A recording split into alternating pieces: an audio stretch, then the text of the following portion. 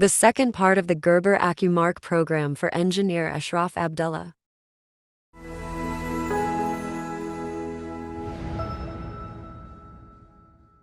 طيب هنروح نشوف مع بعض الانوتيشن. اول حاجه هضغط عليها 2 كليك شمال، ايه اللي انا محتاجه يطبع عندي على الباترون بتاعي. تمام، اول حاجه بدوست على 2 كليك شمال فتح لي الديفولت والماركر والليبل. اوكي، اول حاجه الديفولت، وده اللي خاص بفرده الباترون الواحده في الماركر. يعني ايه فرد؟ يعني صدر الميديم، كم الميديم هتكتب عليه ايه. هاجي على الديفولت دي كده اهو، واجي قصادها الناحيه الثانيه هنا كاتيجوري اللي هو التصنيف، هنا الانوتيشن. انت عايز تكتب ايه على فرده الباترون الواحده؟ هدوس على المربع الصغير ده. يبقى انا اول حاجه دوست على الديفولت كده كليك شمال، وجيت قصادها الناحيه الثانيه دوست كليك شمال، وظهر لي مربع صغير في اقصى اليمين هدوس عليه كليك شمال كمان، يفتح لي الانوتيشن فورمات. دي كل صيغ الحاجات اللي ممكن تكتبها على الباترون بتاعك.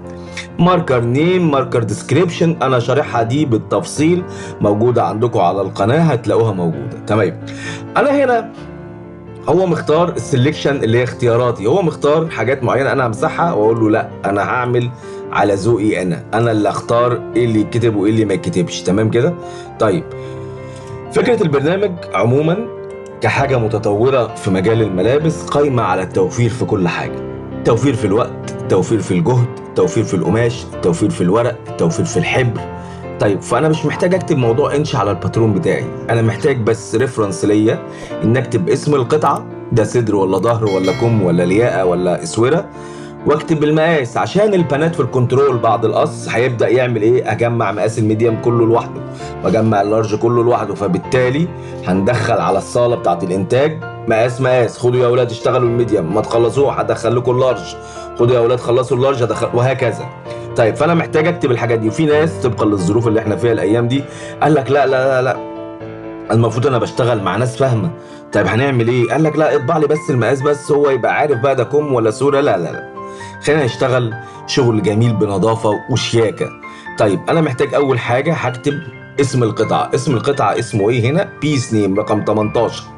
هاجي اقف عليها كده اهو واقول له اد، اداني الكود بتاعها بي ان 1 شرطه 50. ماليش دعوه بالكلام ده، ان هو كده جيربر فهم ان هو يكتب لي اسم القطعه. طيب، هاجي اقول له اكتب لي اسم القطعه دي في سطر وتحتيها سطر تاني فيه المقاس، اقول له اد نيو لاين. تمام، سوري، هاجي احط الماوس هنا كده واقول له اد نيو لاين، سطر جديد يعمل لي شرطه مايله. تمام، هاجي اقول له انا عايز المقاس سايز رقم 16، يبقى 16 و18 سايز اهو اد. دول كل الحاجات اللي انا محتاجها على الباترون بتاعي، المقاس واسم القطعه. تمام كده. طيب، طبعا ممكن تكتب المقاس فوق واسم القطعه ده زي ما انت عايز يعني. خلاص ده بالنسبه لفرده الباترون الواحده اللي هيتكتب عليها، اقول له اوكي. طيب، اجي هنا الماركر، كل ما يخص قصه حياه الماركر، انا مش محتاج ان انا اقعد اراجع الماركر اللي مفروش على الترابيزه قدامي ده، اشوف ده كام مقاس، وهنا عشقت الجيب اليمين لا ناقص الخياله الشمال، ده البنطلون ده لا وهكذا. انا هروح على اخر الماركر هلاقي فيه داتا تفصيليه تقول لي انت معشق كام مقاس، طول الفرشه قد ايه، عرض القماش كذا، كفاءة التعشيق كذا، وهكذا. تمام، فهاجي هنا قصاد الماركر دي هاجي اضغط على قصادها كده كليك شمال وادوس على المربع اللي في اقصى اليمين ده اهو، يظهر لي هنا همسح كل الكلام ده اهو، اظلله الاول بكليك يمين واضغط كليك اظلله بكليك شمال واضغط كليك يمين واقول له كلير كونتنتس، امسح هذا المحتوى. انت محتاج ايه هنا يتكتب في الداتا بتاعت الماركر؟ اول حاجه ماركر نيم، اسم الماركر ده اقول له اد، بعد كده سطر جديد يا جيربر اد نيو لاين. طب ايه كمان بعد ما كتبت اسم الماركر؟ هقول له والله الماركر ده بتاع بلوزة زارا رقم 008. خلاص، بعد كده هكتب الموديل سايز كوانتيتي، اسم الموديل وكم مقاس متعشقين في الماركر ده والكميه الكوانتيتي يعني الكميه اهو، واقول له اد، وبعد كده سطر جديد يا جيربر اد نيو لاين. طيب، محتاج ايه تاني؟ يوتيلايزيشن، كفاءة التعشيق، عشان اعرف المهندس اللي قاعد على الجهاز ده معشق كويس وموفر في القماش ولا هيخرب بيتنا ايه. وخلاص على كده اقول له اد يوتيلايزيشن، بعد كده اد نيو لاين. محتاج ايه كمان؟ ماركر ويتس، عرض القماش اد، بعد كده اد نيو لاين اعمل لي سطر جديد. كل حاجه في الداتا دي سطر جديد سطر جديد سطر جديد. اوكي، بعد كده كتبت الويدث الماركر ويدث، هاجي اكتب هنا اللينس طول الفرشه قد ايه، اد اهو.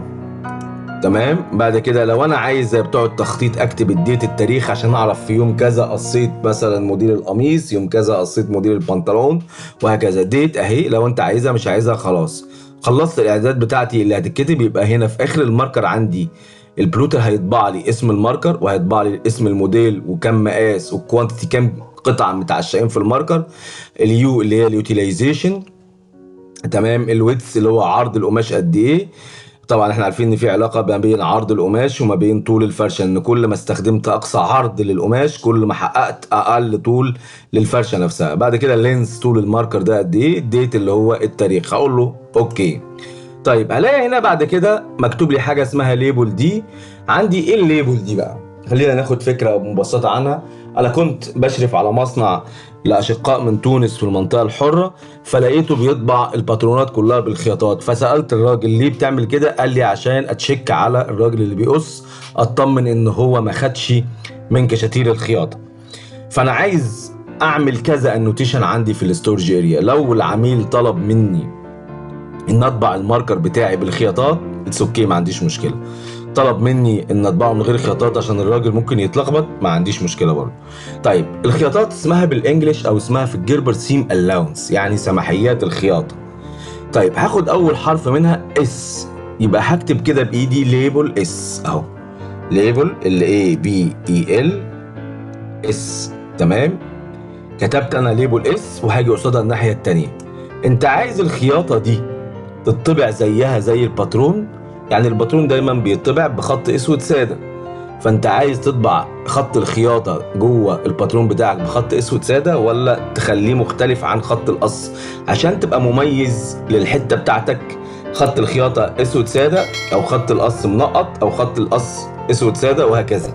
فانا هاجي هنا اقول له اهو، اختار حاجه رقم 24 لاين تايب. وعندنا في جيربر 3 انواع للخطوط او 3 درجات. زيرو مش هيطبع لك اي خط خالص، واحد هيطبعه لك خط اسود ساده، اتنين هيطبعه لي خط اسود منقط. فانا اقول له لاين تايب نوع الخط، واقول له اد، فيكتب لي هنا LTN. همسح الان دي واقول له 2، يعني اطبع لي خط الخياطه منقط. لو قلت له واحد يطبعوا لي خط اسود ساده زيه زي خط القص. فانا عايز الراجل اللي بيقص عندي يبقى يميز خط القص عن خط الخياطه، فاقول له LT2 واقول له اوكي. تمام. طيب انا عايز برسم قميص مثلا، فعايز ارسم الجيب اللي من فوق في القميص عشان خاطر ان هم ياخدوا الباترون ده وهو عليه شكل الجيب، يعملوا اسطمبة ويطبعوا ويعلموا ينشنوا عليها، ما يطلعليش جيب عالي وجيب واطي. طيب الخط الجيب اللي انا هرسمه جوه الباترون ده، اذا ده خط داخلي، يبقى انا هرسم الباترون بتاعي اهو، وبعد كده هرسم خط الجيب او ارسم شكل الجيب على الباترون بتاعي، يبقى ده internal line. بالانجليزي internal line يعني ايه؟ يعني خط داخلي. اول حرف منها اي، هاجي اكتب هنا ليبل اي اهو، LABEL اي. تمام. واجي هنا نفس القصه اللي عملناها في ليبل اس، هقول له نوع الخط لاين تايب رقم 24، واقول له اد. انت عايز اد، وامسح الان. انت عايز ترسم الجيب بتاعك بخط منقط ولا خط ساده؟ مش فارق معايا، خليها LT1 اهو، خط اسود ساده، ده هيترسم جوه الباترون عموما. اوكي.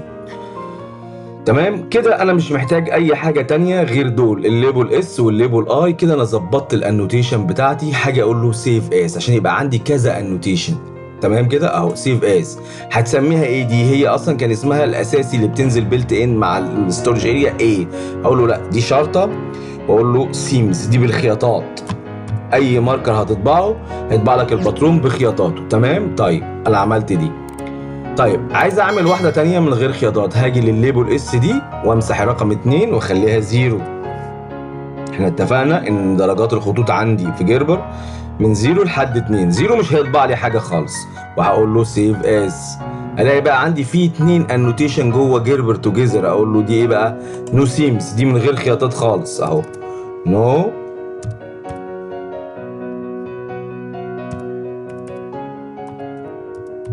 اهو. تمام. نو سيمز. عايز تمسح واحده من الاو، انا كنت قاصدها يعني، لكن خلاص اهو نو سيمز، واقفل الانوتيشن بتاعتي. هبص في الاستورج اريا الاقي بقى عندي الانوتيشن البيلت ان اللي هي نازله اوريدي مع الاستورج اريا، واللي انا لسه عاملهم واحده نو سيمز بدون خياطات وواحده بخياطات. انت عايز تطبع زي الاخوه التوانسه الماركر بخياطاته، اختار الاي سيمز. عايز تطبع من غير خياطات النو سيمز. تمام، ده بالنسبه للانوتيشن. طيب نخش بعد كده على اللاي ليميت. اللاي ليميت اضغط عليها 2 كليك شمال. هنا هبص الاقي عندي في حاجه اسمها فابريك سبريد، طريقه فرد القماش. فابريك يعني قماش، وسبريد يعني يفرد. هدوس على السهم الصغير ده بكليك شمال، هلاقي ايه 4 اختيارات ملهمش خامس، دي كل انواع فرش القماش عندي على ترابيزه القص. اول حاجه سنجل بلاي. سنجل بلاي يعني راق واحد، سنجل يعني فرداني. انا دايما في الكورس عندي بقول للناس بتوعي سنجل ده يعني يقول لك الولد ده عازب سنجل لوحده. سنجل بلاي، بلاي يعني راق قماش، فسنجل بلاي يعني راق واحد. تمام كده، يعني انت هتفرش راق واحد، الراق الواحد ده هيطلع لك القطعه كامله. القميص مثلا هيطلع لي الكم اليمين والشمال لو انا هفرش راق واحد، اسوره يمين وشمال، رجل ياقه يمين وشمال، لياقه يمين وهكذا. تمام.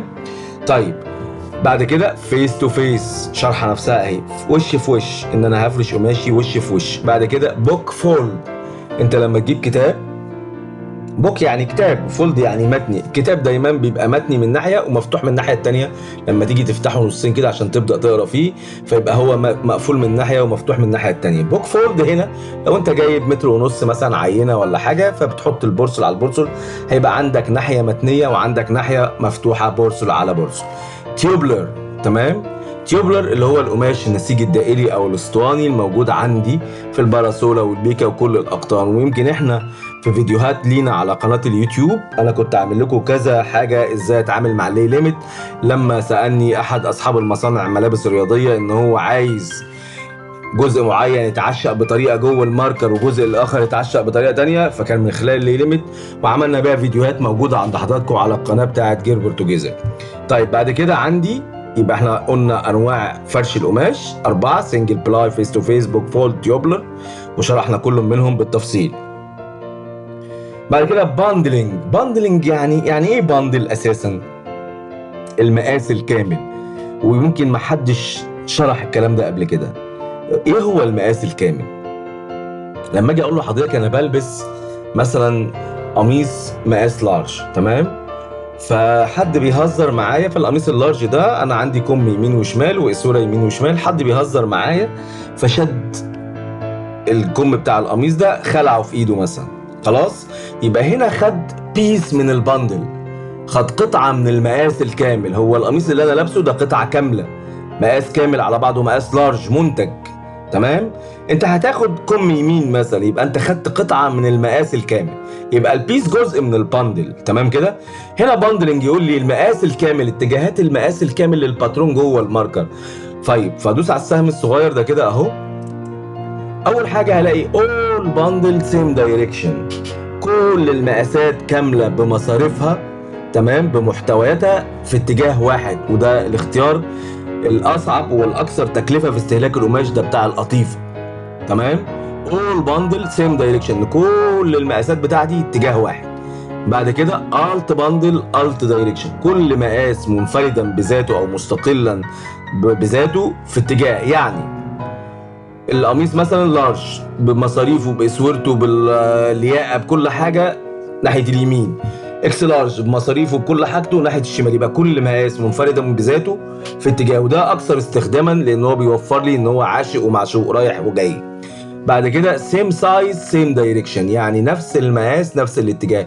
لو انت معشق في الماركر بتاعك 2 سمول و2 ميديوم و2 لارج، فالاثنين سمول هيروحوا في اتجاه، والاثنين لارج هيروحوا في اتجاه، والاثنين اكس هيروحوا في اتجاه. طيب انا عايز اعمل اكتر من لي ليميت اهو، هعمل كذا لي ليميت عندي في الستورج اريا بتاعتي، بحيث العميل جاب لي قماش دائري هشتغل، جاب لي قماش هفرش على الترابيزه الطويله هشتغل، ما عنديش اي مشكله تماما. طيب هنيجي هنا هنقول له في الفابريك سبريد سنجل بلاي هنعمل واحده، سنجل بلاي ان انا هفرش على ورق واحد، ترابيزه القص عندي طويله جدا اهو، واقول له الت باندل الت دايركشن، كل مقاس مستقلا بذاته في اتجاه. هاجي هنا اقول له سيف اس اهو، هيقول لي هدوس هنا جنبها كليك شمال واكتب شرطه SINGLE بلاي اهو، وهقول له سيف.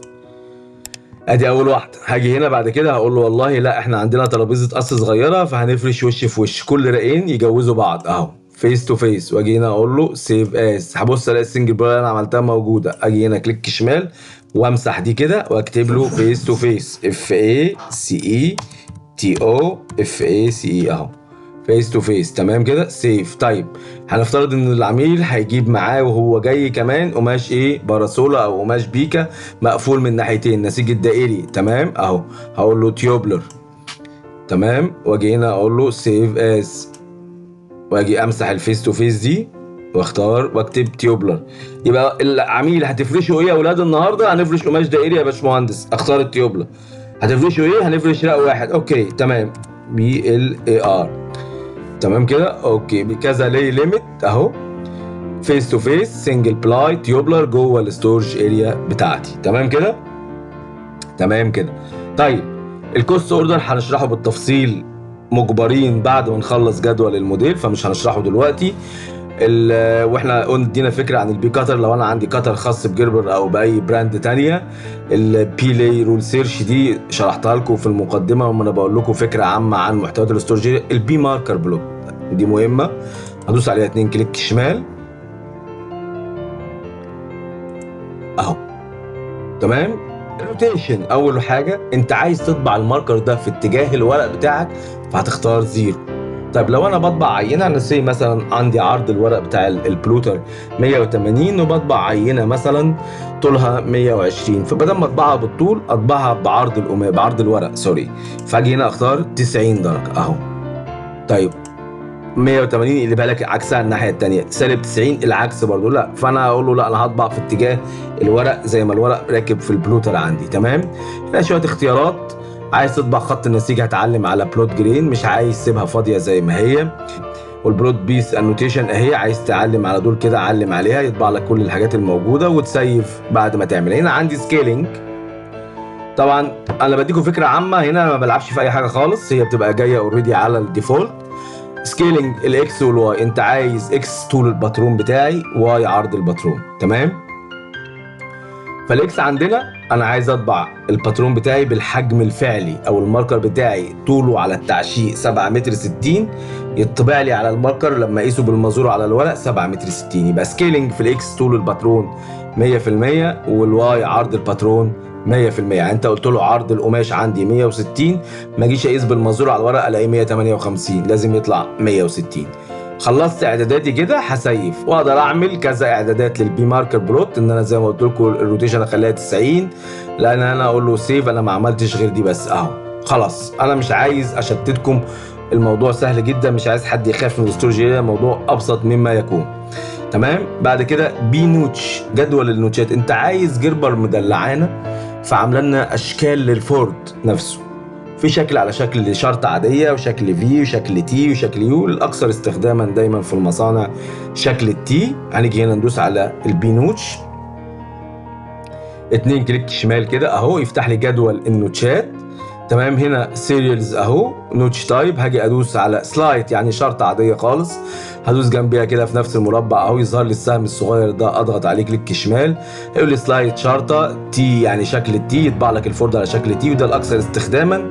ليه؟ لان بقول المقص ده خش بسكينة المقص وقف عند الخط اللي بالعرض بتاع التي، لان التي انتوا عارفين انها ضلعين، عمود واقف كده وعمود نايم عليه بالعرض. تمام. بعد كده الفي اللي هو شكل حرف الفي، كاستل يعني سامبوكسا، ليفت تشيك ورايت تشيك يمين وشمال، وشكل اليو. فانا اجي هنا اقول له سلايد دي، هيقول لي انت عايز ارسم لك فورد عباره عن شرطه كده. هنا نوتش ديبس عمقه قد ايه؟ 4 مللي، اقول له لا انا عايز تي اللي هو اكثر استخداما في المصانع اهو تي. هنا ينور لي خانتين انسايد ويتس، تمام، العمق او عرض الخط الداخلي اللي هو نايم بالعرض ده، فهقول له ده برضو خليه 0.4 او 0.5، ده مش فارق معايا لان كده كده المصدر هيقف عنده. الدبس النوتش دبس اللي هو عمق النوتش اللي المقص ده هيخش بالسكينه بتاعت المقص، بقول له 4 مللي. هاجي هنا اقول له سيف از البي نوتش دي واقول له شرطه تي اهو. يبقى انا لو عايز اطبع شكل التي عندي في الافراد بتاعتي اهو. طب عايز اطبع شكل الفي زي ما بنعمل في البنطلونات الجينز مثلا اهو. هنا الفي ليها ضلعين عباره عن شكل السبعه كده ضلعين، فبيقول لي بارامتر ويتس. تمام، بارامتر ويتس المسافه ما بين السبعتين دول قد ايه؟ فهقول له 0.5 برضو اهو. اجي هنا اختار الفي واقول له ادوس على دي كده كليك شمال وامسح الاصفار دي واقول له بوينت علامه عشريه 5. واجي هنا في النوتش ديبس عمق الفي دي قد ايه؟ نفس القصه 0.5 نص سنتي. تمام كده، واقول له سيف اس اهو. بدل التي هخليها في. يبقى انا عايز الفورد بتاعي يطبع في، اختار البي نوتش في، اقفل كده خلاص خلصت اعدادات الافراد بتاعتي اهو. عايز اطبع الفورد على شكل تي اوكي، عايز اطبعه على في اوكي. تمام. البي بي سبلوت معامل طباعه القطعه الواحده، معامل طباعه القطعه الواحده اهو. ما بعملش فيها اي حاجه خالص، هي جايه روتيشن زيرو، هيطبع لي في اتجاه الورق. السكيل الاكس والواي الباترون بتاعي انا هطبع فردة كم ميديم. الكم ده طوله في الاكس 50 سم يطلع 50، عرضه 44 يطلع 44. تمام كده. انت عايز تطبع لو في فورد في نص الكم ولا حاجه بنوتش، اقول له لا اطبع لي النوتش على شكل التي اهو اللي احنا لسه عاملينها مع بعض. خلاص كده، وبسيف على هذا الاساس بي بي سبلوت. يبقى اي قطعه هتطبعها لوحدها فرداني يطبعها لك بمعامل القطعه الواحده. طيب البي يوزر انفايرمنت المعامل البيئي للتشغيل، هضغط عليه 2 كليك شمال. تمام، هيفتح لي هنا ايقونه هيقول لي النوتيشن مترك يعني سنتي، امبريال يعني بوصه. فشوف انت هتشتغل بايه. المعامل البيئي للتشغيل تمام. عندي البرسكشن والسيم الاونس. السيم الاونس هنا 9 مللي ونص سنتي الا 5 من 10 من مللي. تمام. وهنا الاوفر رايت ماركر برومبت. طب هقول لكم السيم الاونس دي ميزه حلوه جدا برضو ما حدش اتكلم عليها قبل كده. لما نيجي هديك امكانيه في جدول الموديل ان انت تقدر لو عندي مثلا قطعه معينه انا عايز كمر مثلا بنانا مثلا. تمام، اكبر مقاس عندي ضرب في عرض الماركر وبقى كبير جدا، فانا عايز اقسم الكمر مقاس مثلا 5 اكس ده لوحده وبقيه الكمرات تبقى كلها حته واحده. فكمر 5 اكس ده هقسمه نصين واديله كشاتير خياطه عشان لما يجوا يخيطوه على المكن يطلع مظبوط معايا. فدي السيم الاونس بتاعت القصه دي، ودي هنشرحها في جدول الموديل. تمام. اوفر رايت ماركر، لو انا جيت عدلت في جدول الموديل وعايز التعديل ده يسمع معايا في الماركر فبخليها برومبت. هتلاقي عندك 3 اختيارات، نو ويس وبرومبت. نو يعني التعديل اللي انا عدلته في الباترون بتاعي ما يسمعش معايا في الماركر. يس يسمع من غير ما جربر يسالني. برومبت لا، هيسالني يقول لي خلي بالك يا باشمهندس ان في تعديل حصل، حضرتك محتاج تحدثه ولا لا تعمل له ابديت ولا لا. فانا اقول له طبعا اسالني وانا اقول لك خد الاجابه مني. اللي رول مود اللي احنا شرحناها دي، لو انا عايز اعمل لي رول للمراكل لو انا همسحها او احتفظ بيها ما نشتغلش بيها هنا في مصر، فما تشغلوش بالكم بيها خالص. هنا انا ظبطت ان انا هشتغل بالسنتي في السوق المحلي فهقول له سيف. كده انا خلصت اعدادات الستورج اريا. اخر حاجه او خليها في الفيديو اللي جاي ان شاء الله هنعمل الرول تيبل وهنعمل ازاي نظبط اعدادات الستورج اريا مره واحده في الحياه، مش كل شويه نعملها عشان ما نقعدش نضيع وقت من وقتنا. بالتوفيق لكم جميعا، شكرا والسلام عليكم ورحمه الله وبركاته.